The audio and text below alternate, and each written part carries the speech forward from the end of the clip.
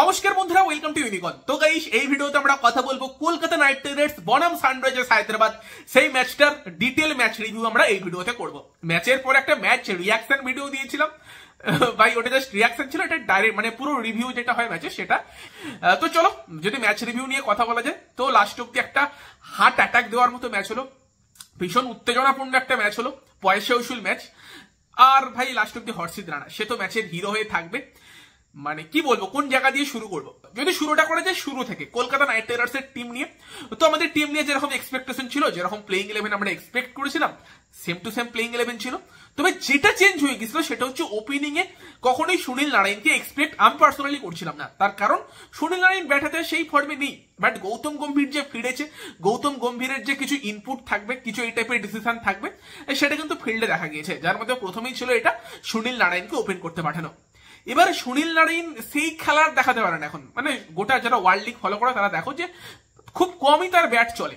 কিন্তু ওই যে কেকেআর হয়তো ওরকম মেন্টালিটি নিয়ে রেখেছিল যে আউট হয়ে গেলে হয়ে যাবে, আমাদের কিছু যায় আসে না, একটা উইকেট পড়ে গেল কিছু ভাববো না আমরা। বাট তারপরও একটা উইকেট যখন পড়ে তখন একটু তো মাইন্ডের মধ্যে এফেক্ট মানে করে যে একটা উইকেট পড়ে গেল, যদি উইকেটটা থাকতো ভালো হতো। সেটাই কিন্তু আমরা দেখলাম যখন ফিল সল্ট, তাকে তো অবশ্যই টিমে রাখা উচিত ছিল, অনেক এক্সপার্টরা গুরবাসকে চাইছিল, বাট ফিল সল্ট যে ফর্ম নিয়ে আসছে, প্র্যাকটিস ম্যাচে যেরকম খেলেছে, সেখানে ফিল সল্টকে না রাখলে সেটা মানে ভীষণ বোকামি সিদ্ধান্ত হতো। এবং ফিল সল্ট তার সেই খেলা দেখাতেও শুরু করে, 6-এর হ্যাট্রিক, টানা 3টে 6 মারে, এবং সল্ট দেখিয়ে দেয় তার কি কোয়ালিটি। কিন্তু সেই ওভারের লাস্টের বলে গিয়ে সুনীল নারায়ণ হয়ে যায় রান আউট, যেখানে সুনীল নারায়ণ যেভাবে রান আউটটা হলো পুরো হাল ছেড়ে দিয়েছিল। হ্যাঁ, ডাইরেক্ট হিট হলে হয়তো ছুটলেও আউট হয়ে যেত, বাট যদি ডাইরেক্ট হিট না হতো তাহলে ছুটলে নারায়ণ ঝুঁকে পড়তে পারতো। বাট যেভাবে হাল ছেড়ে দিয়েছিল, যদি ডাইরেক্ট হিট নাও হতো, মানে তোমার ওখানে জ্যানসেন ধরে রান আউট করিয়ে দিতে পারতো।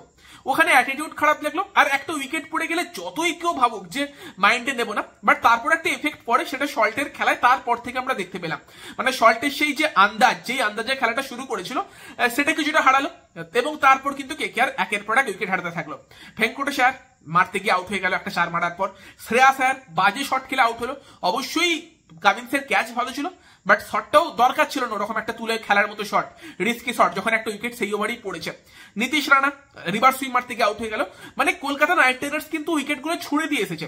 ভালো স্পোর্টিং পিচ ছিল, ভালো ব্যাটিং পিচ ছিল, যেরকমটা এক্সপেকটেশন ছিল, আর সেই পিচে কিন্তু কেকেআর এর ব্যাটসম্যানরা, টপ অর্ডারের ব্যাটসম্যানরা একের পর এক উইকেট ছুড়ে দিয়ে এলো, এবং সেই জায়গাতে কিন্তু কেকেআর অবশ্যই চাপে পড়ে গিয়েছিল, এবং সেখানে অবশ্যই মনে হচ্ছিল যে সানরাইজার্স হায়দ্রাবাদ অ্যাডভান্টেজ।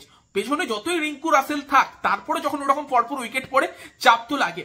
কিন্তু সেখানেই কলকাতা নাইট রাইডার্স তাদের ব্যাটিং ডেপথ দেখিয়েছে, কেকেআর এর যে টিমের এবারের ব্যালেন্সের কথা আমরা আলোচনা করছি সেটা দেখিয়েছে। তখন দেখি যে ব্যাট করতে আসছে রমনদীপ সিং, এবং তখন ভাবছিলাম যে এই সিদ্ধান্তটাও কি ঠিক হলো, রিঙ্কুর আগে রমনদীপ। বাট সেই সিদ্ধান্তটা কিন্তু অবশ্যই সঠিক সিদ্ধান্ত ছিল, সেটা কিন্তু রমনদীপ দেখালো, এবং রমনদীপ ব্যাট করতে এসেই কিন্তু খেলাটার কি মোড়টা ঘোরালো। রমনদীপ পুরো অ্যাগ্রেসিভ অ্যাটিটিউড নিয়ে খেলছিল। উল্টো দিকে সল্টেরও প্রশংসা করতে হবে, সে কিন্তু যখন ধরে খেলার দরকার ছিল ধরে খেলছিল, মারার দরকার ছিল শট মারছিল। এই টাইপের একটা ওপেনার অবশ্যই কেকেআর টিমে ভীষণভাবে দরকার ছিল, সেটা কেকেআর পেয়েছে এবারে, সাথে উইকেট কিপিংটাও পেয়ে গেছে সল্টের। এবং সেখানে কিন্তু রমনদীপ এসে পুরো খেলার মোড়টাকে ঘুরিয়ে দিল বলতে পারো। সেই জায়গা থেকে বড় হিট মারতে শুরু করে, এবং সেখানে রমনদীপ সিং করে 17 বলে 35 রান, 4টে 6 মেরেছে সেই ইনিংসে, এবং শর্ট বলগুলো কিন্তু খুব ভালো খেলছিল। তো রমনদীপ সেই স্টার্টটা দেয় যেখান থেকে কেকেআর কামব্যাক করতে শুরু করে। তারপর তো আমরা দেখলাম রাসেল শো, যদিও ফিল সল্ট তার মধ্যে 50 করে, রমনদীপ আউট হওয়ার পর রিঙ্কু এসেছিল, তবে ফিল সল্ট আউট হওয়ার পর কিন্তু আসে হচ্ছে রাসেল। এবার এখানে কিন্তু হায়দ্রাবাদের ফিল্ডিং এর প্রশংসা করতে হবে। রমনদীপের যে ক্যাচটা আর কি মায়াঙ্ক মার্কান্ডে নিল বোধহয়, ব্রিলিয়ান্ট ক্যাচ ছিল। দেন যদি তুমি দেখো যে এর ক্যাচটা, মানে ফিল সল্টের ক্যাচটা যেটা জ্যানসেন নিল, সেটাও কিন্তু ব্রিলিয়ান্ট ক্যাচ ছিল। আলাদাই দুটো ক্যাচ নিয়েছে, তো সেখানে ক্যাচেস উইন ম্যাচেস সেটা কিন্তু দেখায় যে এই টাইপের ক্যাচ নিয়ে দুটো গুরুত্বপূর্ণ প্লেয়ারকে তারা আউট করলো।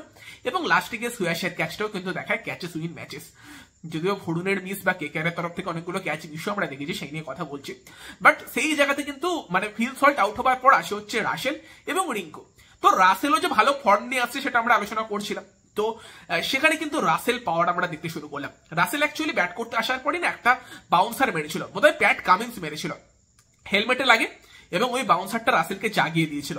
তারপর রাসেল শুরু করে মায়াঙ্ক মার্কান্ডে লেগ স্পিনের এগেনস্টে রাসেলের প্রবলেম, সেই একটা কথা প্রচলিত আছে, রাসেলের সামনে লেগ স্পিন দিয়ে দেয়, 3টে 6 মারে রাসেল।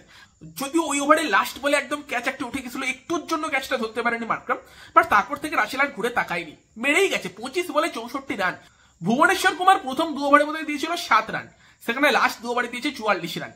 সেটাই দেখায় রাসেল কিরকম ব্যাটিং করেছে। তার সঙ্গে রিঙ্কু সিংহ তাকে যোগ্য সঙ্গ দিয়েছে এবং রিঙ্কু সিংহ কিন্তু 15 বলে 23 রান করেছে। এবং সেই জায়গাতে কিন্তু কেকেআর তাদের ব্যাটিং ডেপথ দেখিয়েছে, কেকেআর কি করতে পারে সেটা দেখিয়েছে, কেকেআর এর ব্যাটিং অর্ডারটা কেন ডেঞ্জারাস সেটা দেখিয়েছে। কেন? তার কারণ যখন তোমার টিমের 4টি উইকেট তাড়াতাড়ি পড়ে গেছে, তারপরে 200+ স্কোর করা, 208 রান করা, যত ভালো পিচই হোক সেটা কিন্তু অবশ্যই কমেন্ডেবল একটা ব্যাপার। এবং তার সঙ্গে সঙ্গে যদি তোমার টিমের 7 নম্বরের মানে রিঙ্কু সিং আছে, 8 নম্বরের রাসেল আছে, সেটাই দেখে ব্যাটিং ডেপথ কতটা ভালো। ইভেন কলকাতা নাইট রাইডার্স কিন্তু মনীষ পান্ডেকেও রেডি করে রেখেছিল, যদি একটা উইকেট ধরো তাড়াতাড়ি পড়ে যেত সেখানে মনীষ পান্ডে আসতো, সুয়াসকে আনতোই না। কারণ সেখানে মানে রমনদীপ বা তোমার ভেঙ্কটেশ আয়ারের বোলিংটা ইউজ করতো, একটা বোলিং অপশন কম নিয়ে খেলতো, ব্যাটিংটাকে যদি স্ট্রেংথ দেওয়ার দরকার হতো। সেটাই দেখে যে কেকেআর কিন্তু ব্যাটিং ডেপথ কতটা ভালো এবারের আইপিএল এ, যেটা নিয়ে আমরা বারবারই আলোচনা করেছি। ইভেন স্টার্ক আছে, তারপর হর্ষিত রানা ছিল, তারাও কিন্তু অলরাউন্ডার, ব্যাট করতে পারে। স্টার্ক তো তোমার অস্ট্রেলিয়া টিমে কামিন্সের আগে ব্যাট করতে আসে। তো সেখানে কিন্তু আন্দ্রে রাসেল তার মাসেল পাওয়ার দেখেছি আমরা, দুরন্ত ব্যাটিং দেখেছি আমরা, এবং তার সঙ্গে কিন্তু শল্টারও একটা দারুণ 50 আমরা দেখেছি। এবং সেই জন্যই কিন্তু কলকাতা নাইট রাইডার্স 208 রানের স্কোরে পৌঁছতে পেরেছে। এবং সেই স্কোরটা কিন্তু চেস করতে নেবে হায়দ্রাবাদ শুরুটা ভালো করে।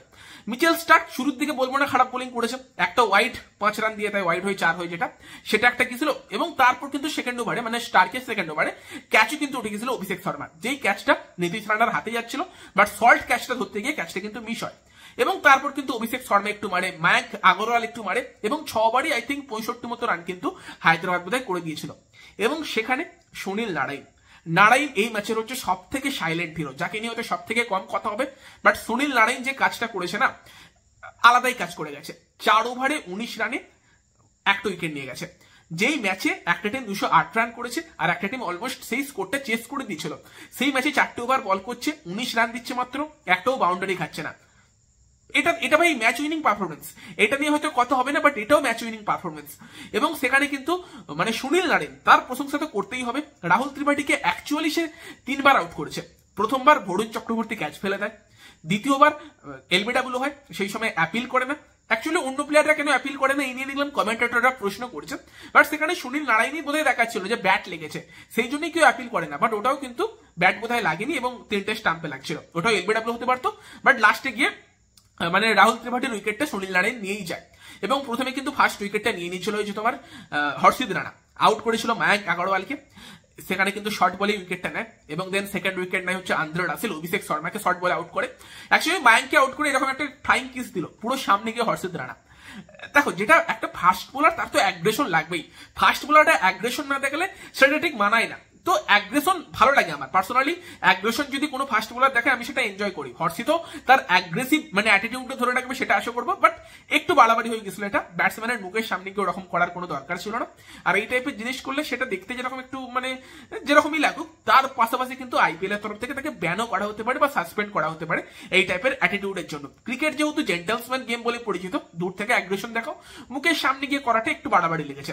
একটুখানি ওই জায়গায় অ্যাটিটিউডটা কন্ট্রোল করুক, বাট অ্যাগ্রেশন যেরকম আছে সেটা দেখাতে থাকুক, সেটাই হর্ষিত রানা করুক আমি চাইবো। তো যাই হোক, সেটা আলাদা কথা। হর্ষিত তো লাস্টের দিকে ম্যাচটা জিতিয়ে দিয়েছে, এবং সেই জায়গাতে কিন্তু মিডল ওভারে কলকাতা নাইট রাইডার্সকে পুরো ম্যাচের কন্ট্রোলটা কিন্তু দিয়েছিল সুনীল নারাইন। 4টে ওভার বল করেছিল, 19 রান দিয়ে একটা উইকেট। এবং তার সঙ্গে সঙ্গে সুয়াস শর্মা সে কিন্তু অ্যাজ এ ইম্প্যাক্ট সাব আছে। আমি জানি না এই সিদ্ধান্ত কতটা সঠিক ছিল, কারণ পিচ যে খুব বেশি টার্নিং পিচ ছিল সেরকম তো না। এবং সেখানে হয়তো যদি বৈভব আরোরার মতো প্লেয়ারকে কেকেআর নিয়ে আসতো, হয়তো আরেকটা এক্সট্রা এমন অপশন থাকতো যাকে ডেথে ট্রাস্ট করতে পারতো। তো এই টাইপের পিচে হয়তো আরোরার মতো প্লেয়ার বেশি সুইটেবল হতো। জানি না সেই সিদ্ধান্ত সঠিক ছিল কিনা, বাট সেখানে কিন্তু বরুণ চক্রবর্তী এবং স্টার্ক তারা কিন্তু মাঝখানে একটা করে মানে টাইট ওভার তারাও করে। বাট লাস্টের দিকে গিয়ে যেটা হয় সেটা হচ্ছে যখন 3 ওভারে 60 রান দরকার ছিল, সেই সময় বরুণ চক্রবর্তী মার খায়, স্টার্ক পরে এসে 4টে 6 খায়। মানে বোধহয় 2 ওভারে 39 দরকার ছিল, 39ই বোধহয় দরকার ছিল নাকি, সেখানে স্টার্ক খেয়ে হচ্ছে তোমার 26 রান। তো সেইখানে কিন্তু সেটা ম্যাচের টার্নিং পয়েন্ট ছিল। এবার ব্যাপার হচ্ছে 25 কোটি স্টার কি মার খাচ্ছে কি খাচ্ছে এইসব নিয়ে তো অনেক কথা হবে এখন, যেহেতু মার খেয়েছে। বাট আমি বলবো যে যেহেতু একদমই প্রথম ম্যাচ, একদম ওরকম জাজমেন্ট দেওয়া ঠিক না। স্টারকে দরকার কেকেআর টিমে, স্টারকে নিজের ছন্দে দরকার। এবার হেনরি ক্লাসেন এমন একটা ব্যাটসম্যান যে হচ্ছে তোমার বিশ্বের এই সময়ের অন্যতম সেরা হিটার, এবং সেখানে স্ট্যাটিস্টিক্স দেখছিলাম যে 2023 থেকে টি20তে সব থেকে বেশি স্ট্রাইক রেট কিন্তু হেনরি ক্লাসেনের আছে। সূর্যকুমার যাদব, গ্লেন ম্যাক্সওয়েলের থেকেও বেশি স্ট্রাইক রেটে হেনরি ক্লাসেন ব্যাট করেছে। সেখানে মেরে দিয়েছে, এবার কি আর করা যাবে, 3টে 6 হেনরিক ক্লাসেন মেরেছে, সাবাজও একটা করে 6 স্টার্টকে মেরেছে, বরুণ চক্রবর্তীকে মেরেছে। সেও কিন্তু অনেকটা ম্যাচটা ক্লোজ আনতে হেল্প করেছে হায়দ্রাবাদকে ওই দুটো 6। তো সেখানে স্টার্ক এবার 4টে 6 খেয়ে গেছে, কি আর করা যাবে। তো সেখানে কিন্তু দেখো স্টার্ক ম্যাচ উইনার অবশ্যই, এবং champion player I think comeback করবে। বরুণ চক্রবর্তীও কেকেআর এর জন্য ম্যাচ উইনার, সেও কামব্যাক করবে। দুজনের প্রথম ম্যাচটা ভালো যায়নি, এবং তবে ম্যাচটা কেকেআর জিতেছে সেটা সব থেকে ভালো কথা। বাট বরুণ এবং স্টার্ক দুজনেরই কিন্তু ভালো পারফর্ম করাটা জরুরি যদি কলকাতা নাইট রাইডার্স এবারে মানে আইপিএল জিততে চায় বা আইপিএল এ ভালো কিছু করতে চায়।